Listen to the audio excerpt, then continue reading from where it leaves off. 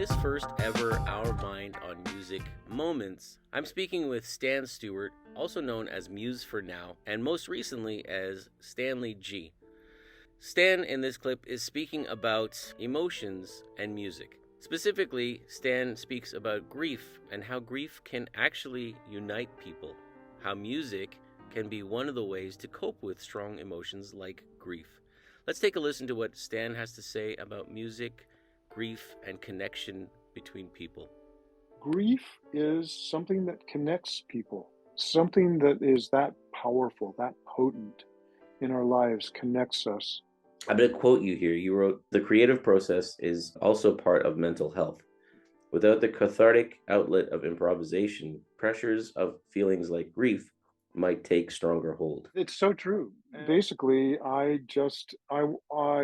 thought about, arranging the improvisations, but it immediately became clear to me that it was so important to just leave them in their raw format.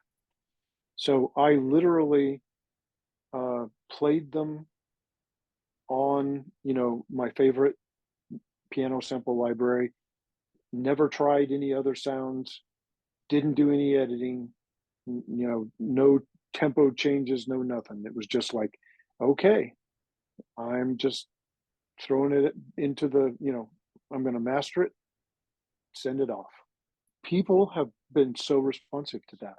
And the number of people who have responded to either one of the improvisations or to my introduction to the improvisations, because it's so personal.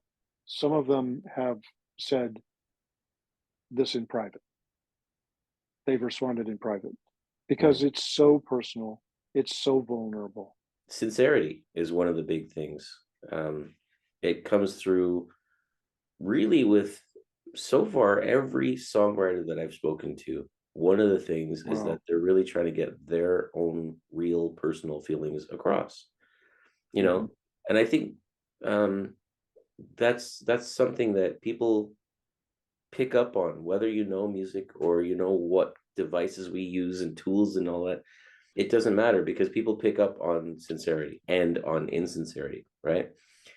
Yes. And the other part is how much, for a lot of musicians, especially songwriters, music is like a therapy kind of thing. Another album that similarly was a working through grief is an album called Love's Shifting Nature. And it was about my wife's niece, who spent 4 years with a debilitating cancer that, just tore her apart, quite literally. And we were there for a lot of it. And so when she died and the, that torture was over, I wrote mostly happy songs, because one of the things that she kept saying to us is, I want you to live out my joy.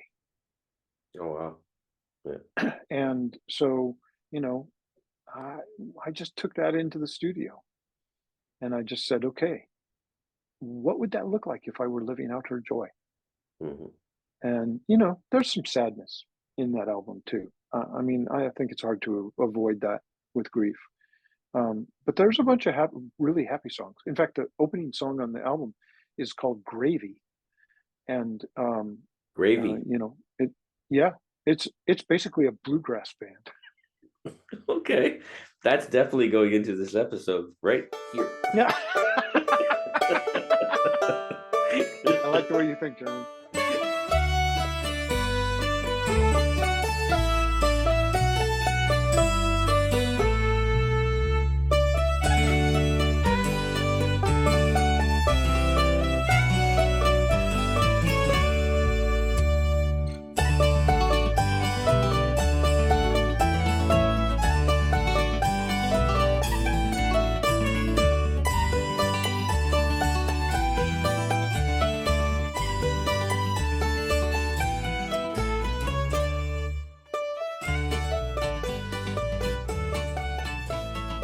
That's really interesting, because that's part of the thing. There's a complexity to it. Even grief, or even like something not as, possibly not as strong with nostalgia. Like, you remember things fondly, but then you also have that moment where you say, but I'm not there now, you know?